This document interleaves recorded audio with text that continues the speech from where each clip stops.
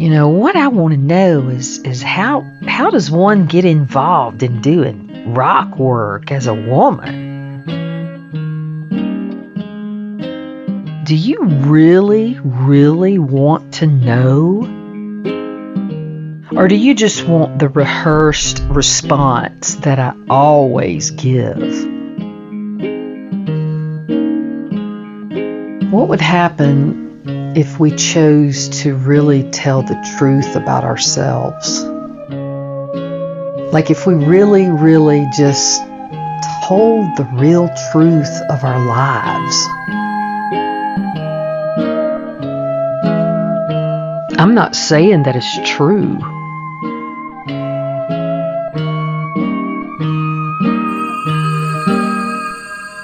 I'm saying that it's my truth. You're listening to Hammered.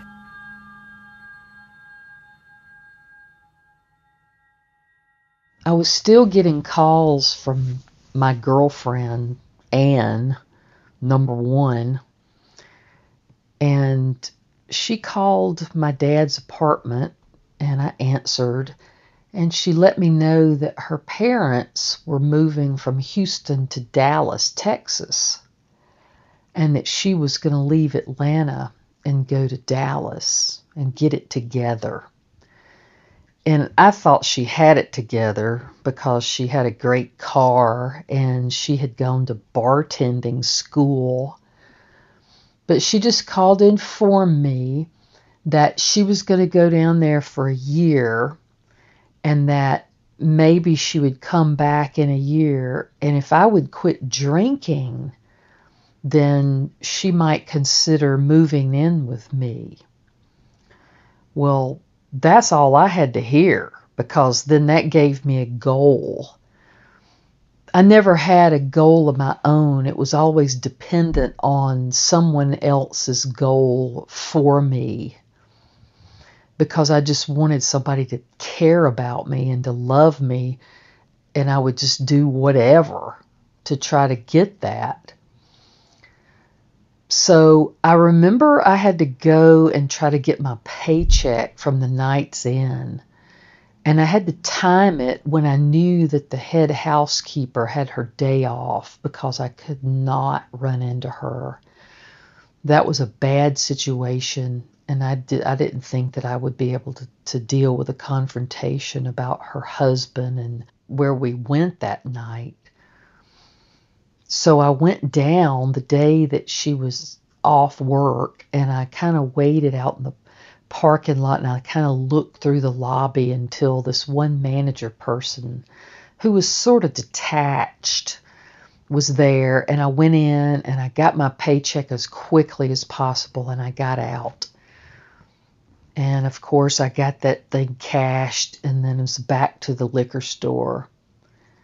But I continued to live at my dad's and drink, and I tried to keep it as low profile as possible. And I kept looking for jobs, and I couldn't find a job. And he came in one night, and he said that he had met this man down at the Mile a Ways, down at the bar, and they had built a new Winn-Dixie shopping center, like right down the road, right in the Mile a Ways parking lot. So everything was like a half a mile to a mile away. And he told me that this guy, he said, well, he's one of them Indians. I think he's from India. And I was like, oh my God, engine, like a car engine? I didn't even know, what he was referring to. But he said the man was like an Indian man, and that he was going to open one of those 1-hour photo labs. And, Daddy working at Kodak kind of gave him a shoe in to talk to this guy. And he said, well, I got a daughter that's looking for a job, and, she knows how to take pictures. And I was like, oh my God. So he had his phone number, and he goes, you just call him up. He said he'd talk to you. And I thought, well, what do I have to lose? So I called this man, and he said, well, can you meet me at Mile a Ways, which is the bar? And I thought, well, that's good. Okay. So the next evening I met him, and it was after 5, and they have happy hour. And I went in, and he was this little short guy with glasses, and he was very friendly, and a big smile, and dark black hair and dark skin. Really sweet demeanor. He was very kind. And he grabbed some of the happy hour food off the little food bar and got us both a draft beer. And so we sat down and kind of started talking, and he started asking me questions, and I brought up my college, which meant nothing really if you think about it, drinking 101.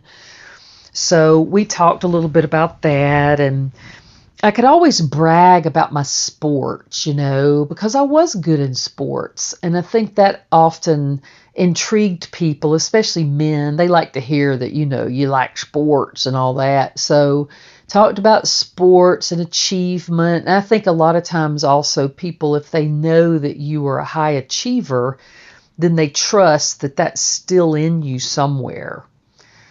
So we talked about this new place that he was opening, and he was actually a nuclear engineer. And he had another location not too far from this one that his wife ran, and it was like a greeting card shop and a little gift shop. And so he was excited about this new endeavor, and it was going to be a 1-hour photo with the machine and an office supply store. And there wasn't any kind of office supply stores around. Mostly things were through catalog and things of that nature. And he thought that this would be a brilliant idea to have like a real retail store where people could come in and buy office supplies. And then they could bring their film and drop it off, especially real estate agents and people of that nature that needed quick photos. So he laid it all out for me and said that he was looking for a manager. Well, I told him a little bit about my ice cream career, and of course I can elaborate and make that sound really important and really legit. And he was really excited to hear all of that, and I'm a good salesperson and all of that. So we made an agreement, and he hired me. And so when I got ready to start, I show up, and he told me that there was a new photo technician that he was training. And this machinery, it was made by a company called KISS, K-I-S. And the KISS representatives would come in and train this person and myself on this machine. And the machine was probably about a 6 foot long and maybe 4 feet high. And it had these weird sleeves that you'd put your hands into, kind of like on Lost in Space when that robot would come after Danger, Will Robinson, Will, Penny, Dr. Smith. And I remember that robot with those weird arms. And it was kind of like that. And you put your hands in it and reach in, and you had to learn how to take the film out of a canister because it was dark inside of this box that you'd put your hands into in these weird gloves. And you had to have enough tactical coordination to take this film out of this canister and thread it into this kind of cylinder area. So anyway, I was good at that. I learned how to do it. And then I met this girl, and her name was Robin. And she looked like Morticia, or the Elvira-looking lady. I can't remember who's who on the Addams Family and the Munsters, but a combination of that lady. Dark black hair, long, and she had bangs. It wasn't parted in the middle. She had bangs, and she had super white skin, like really pale, and really red lips. And I don't know if she wore lipstick, but her lips were super red. Eye makeup, and she was really Southern. And so she was very sarcastic, and she was kind of racist. And I remember her talking about Mohan, and that was his name, our owner of the company. And she would say things about him and where he was from. And she would just make these little racist kind of comments and innuendos. And it kind of rubbed me the wrong way from the get-go. But I just, would sort of and sort of be around her because I thought, I can't fuck this up. I've got to go with the flow no matter what. No matter what, I have got to do this. And so I started learning this machine, and then it was time for all the office supply stuff to start coming in, and I would set up the shelves. We had all the fixtures for all the inventory. And so Mohan let me set up the floor plan. And, this kind of gave me a little bit of something to work with. It kind of excited me a little bit to have something to do that was different. And I had a good eye. I felt like I had a good eye for presentation. And so I was able to lay out the store and put the inventory. And if he made suggestions of changing something, I didn't take it personal because I didn't know. I didn't have any kind of reference point. But I did have an instinct about if I walk into a store or if I walk into a place, what I would be attracted to. Not that I'm like a consumer or anything. I know how to buy beer.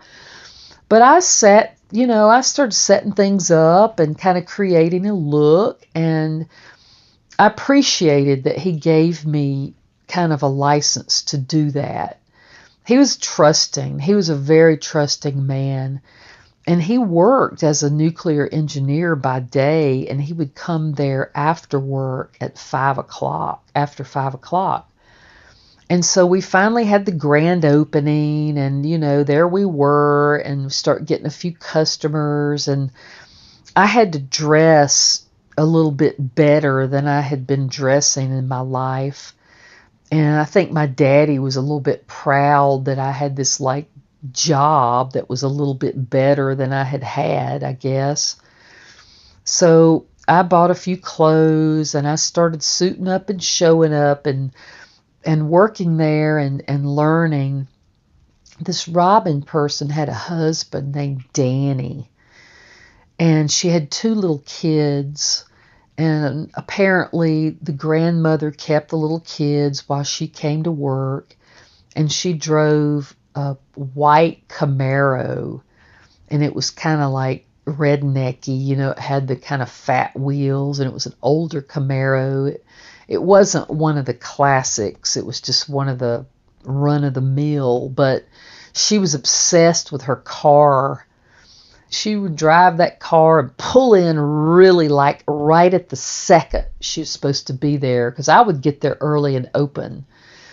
And she'd come in and she'd have all this drama about Danny. And she'd talk about her husband and her kids and oh my God, and there was all this drama. And what was so interesting is how I judged her, because I had my own fucking drama, but I guess I judged her drama as being real stupid. And when you're outside looking in, it's so much easier for you to see someone else's problem as being a problem. And I would say things to her like, well, why don't you just get a divorce? Or why don't you just leave? Or why don't you just move out? Why do you put up with that? And it sounded to me like Danny was probably an alcoholic, and he drank Budweiser every single night. Well, Danny was really good looking. He had long blonde hair and a mustache and a beard. He's kind of like a Greg Allman type. And she'd show me his pictures, and so I guess I thought, well, she's probably addicted to him and he's addicted to her and whatever. So this kind of went on and on. Well, her days kept getting more later and having to leave early. There was always something every single day. And it was a lot easier for me to focus on her drama and to sort of let Mohan know that she was like a drama queen. And so he would ask me about her. And he would get a little bit concerned, I could tell, but he knew she had these children, and so he kept giving her more chances and more chances and more chances. So I kind of played devil's advocate a little bit, and it wasn't that I wanted to get her fired. I just wanted her to act right. Ha ha. But I wanted her to just do her job and quit being such a drama queen about everything. And she was very, very negative. And if we ordered like Chinese food down from the Golden Buddha, she'd have something fucking horrible to say about those Chinese people. Then she'd talk about Jesus and shit. And that's what was real confusing, is because she was real religious and she'd talk about Jesus and she put this cross up in the lab. So I just kept kind of going along with it because, like I said, I needed this job and I could not mess this up. So time kind of went on, and one day I get a visit in the office supply store, and it was Lisa. And I thought, how in the world did she know that I worked here? And she came in and she started talking to me, and she said she had seen my motorcycle in the Winn-Dixie parking lot and she knew it was my helmet. And she just kind of went into the places looking until she found me. And we kind of started talking, and I asked how everything was going, and she said okay, and said that she and Allison had left the ice cream business, and Allison was looking for a job, and that she was straightening out her act, and they were trying to straighten up and do better and all that. And so it really kind of scared me, because I really was trying, and I needed to stay away from all these people that were bringing me down, right? Nobody was bringing me down. I was probably bringing them down.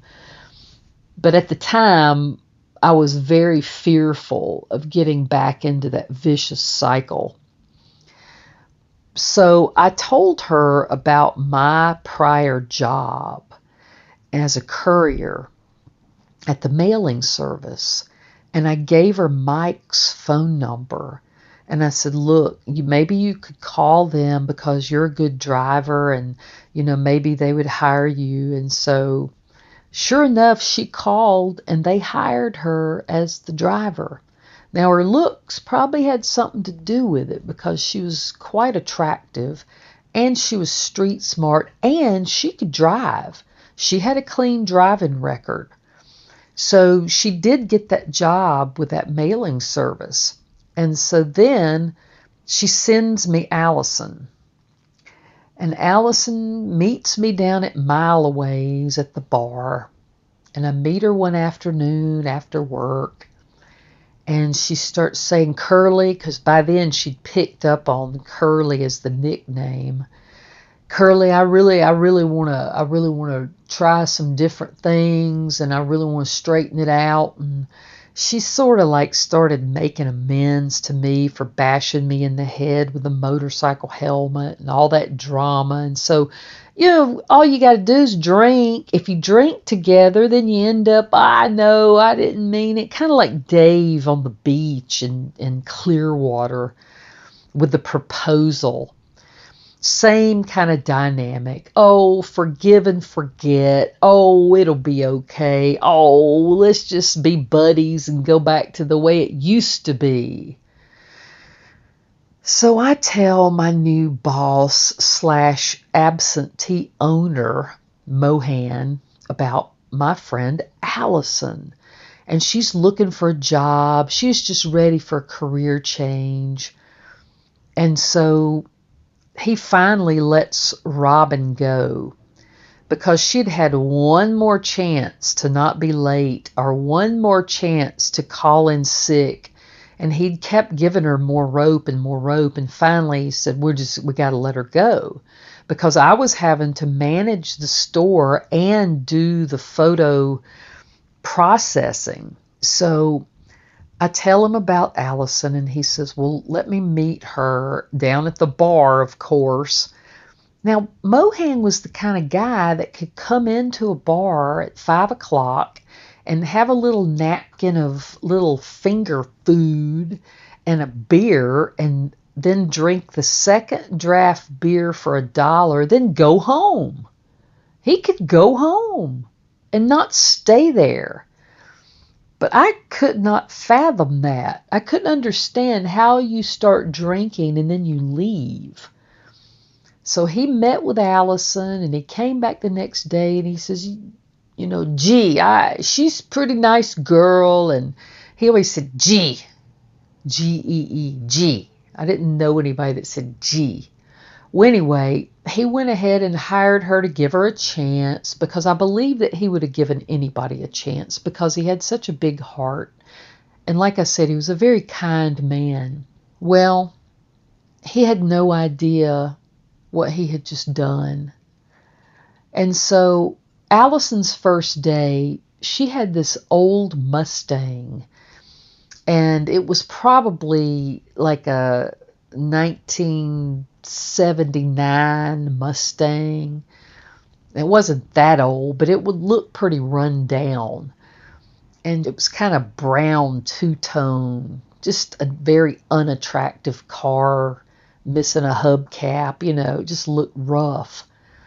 Well, the first day she drove in, I saw the car and I was like, oh God. And she gets out and she's wearing blue jeans with no shoes, and the blue jeans were so long that they sort of camouflaged her feet. And this shirt that was semi like a blouse, but not really, just sort of this tunicky, weird, hippie kind of shirt. And her bangs were always in her eyes. You could barely ever see her face. She hid behind her hair and that gray coloring of her skin. She just didn't have much color. And I saw her get out of the car, and here she comes, and she came through the door, and she's like, yeah, well, here I am. And when you saw her without the alcohol or the drugs, she was a very agitated person.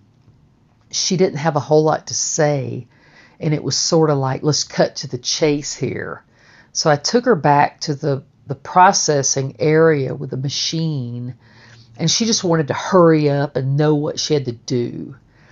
And so I started trying to train her on the machine and show her how to do it. She was very frustrated, and she had a hard time figuring out how to do this film inside of this dark box with her hands. It was hard to learn. You had to have some tactical coordination. So I worked with her until we finally got her to where she could do it. And so there we were, and we didn't really know each other outside of the ice cream world or those dark, dingy apartments and the drug use. So this was kind of a new creation. So the customers would come in, and I would be at the front counter, and she was behind a glass behind me. And she would always shake her head back and do her bangs back so she could see who was at the counter. And we started having kind of some regular clientele, and there were people that were attractive, and we would like say little things and kind of make jokes. And so it started being sort of this jokey environment. And what was really interesting is that people would bring their 1 hour photo film in there. We would have to do it, have it back in an hour. And so we would have to adjust the colors and, add magenta or blues or greens or yellows or whatever. And so we would do all this, and we started having this one guy come in, and he was kind of short and quiet and kind of creepy, but he kind of looked like Tim Conway with glasses and just sort of pudgy. And he brought 5 rolls of film in, and he filled out the thing and handed it. And I said, you can't get all this in an hour because there's 5 rolls. It's an hour per roll. he agreed. He's okay with that. He was very agreeable. So we start processing the film, and it's all nude. And it was like this nudist colony. And it was just nude stuff. And we were like, oh my God. And we were dying laughing. And apparently you can't, I guess it was against the law to process nudity, but we did it anyway. And because we felt like, well, the shop needs the money, so we'll just do it. So then all his nudist friends start bringing their film. And so then it starts attracting a little bit of more like pornography type stuff. And we just went ahead and processed it. We didn't care.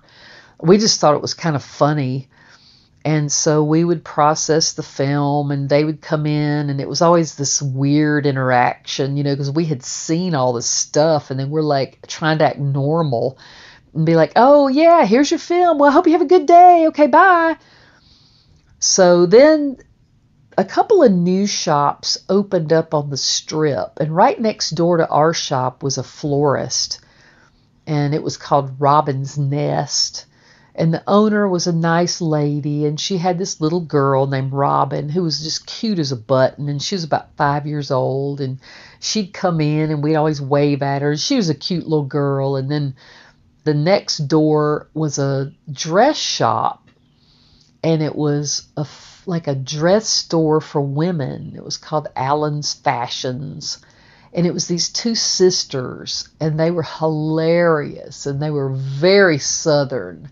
But they were Atlanta Southern. They were that cool kind of dress sharp, and their idea was to have this really nice dress shop kind of out in the suburbs, and they had a great idea. I just think demographically they were in the wrong spot. But they had very nice clothes, and they had very nice presentation. And they actually owned a chicken farm in Monticello, Georgia. And so they kind of funded their dress store with the chicken farm. And one of the girls, her name was Connie, and she was married to this guy who had been like a millionaire, but had apparently lost it all, and probably maybe had an alcohol problem. She was a lot younger than him, and he was kind of like a washed up guy that had an airplane, and she talked about him a lot, and they had this really cute little girl. And so we kind of got to know them a little bit. And then on up from there was the ice cream shop. Yay! And it was called Lickety Split. Well, that was hilarious. And so the guy that owned it, we didn't know his name, but when he would walk up the sidewalk, we'd go, hey, there goes Lickety.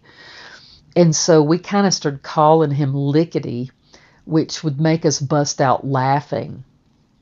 Once again, you kind of have to laugh to keep from crying at this life.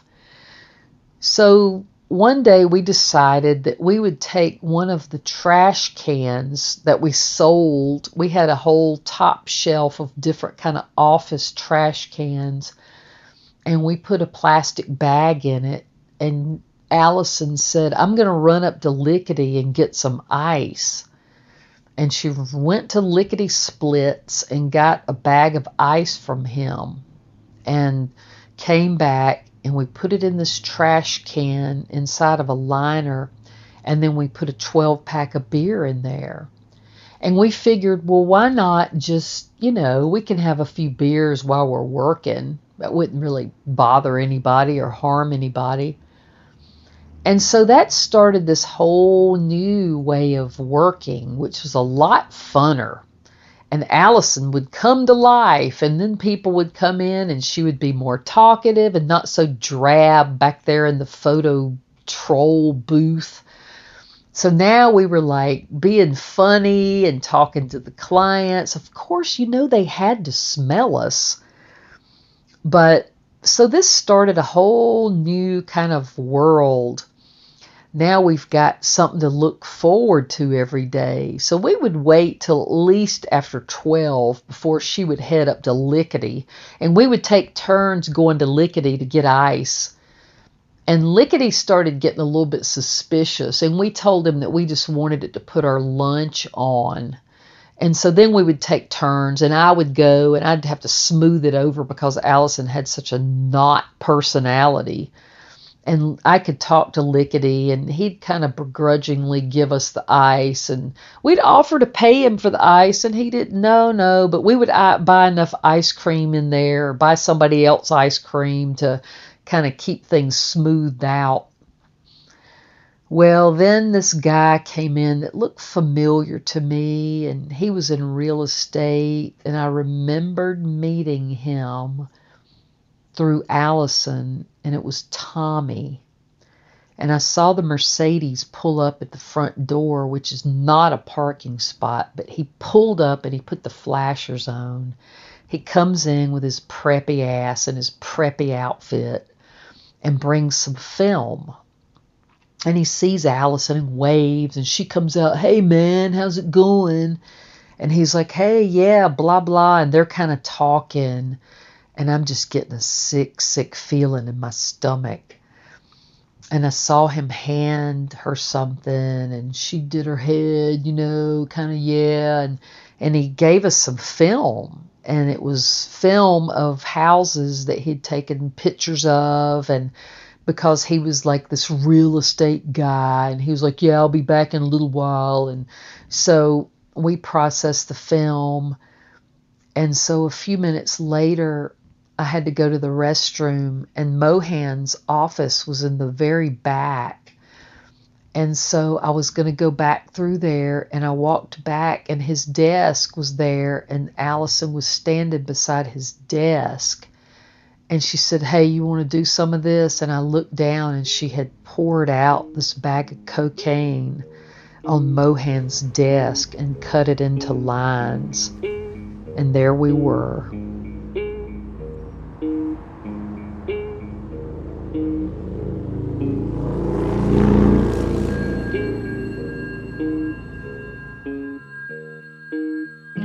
Hammered is recorded and produced in the Blue Ridge Mountains of Asheville, North Carolina. It's narrated by Jill Haynie, produced by Maggie Briggs and Jill Haynie, and with sound design, editing, and music by Alexander Rodriguez. Our beautiful artwork was created by Lauren Caddick, and we'd like to send a special thanks out there to Minnie and Robin. You can check out our website, podcasthammered.com, and follow us on social media for updates.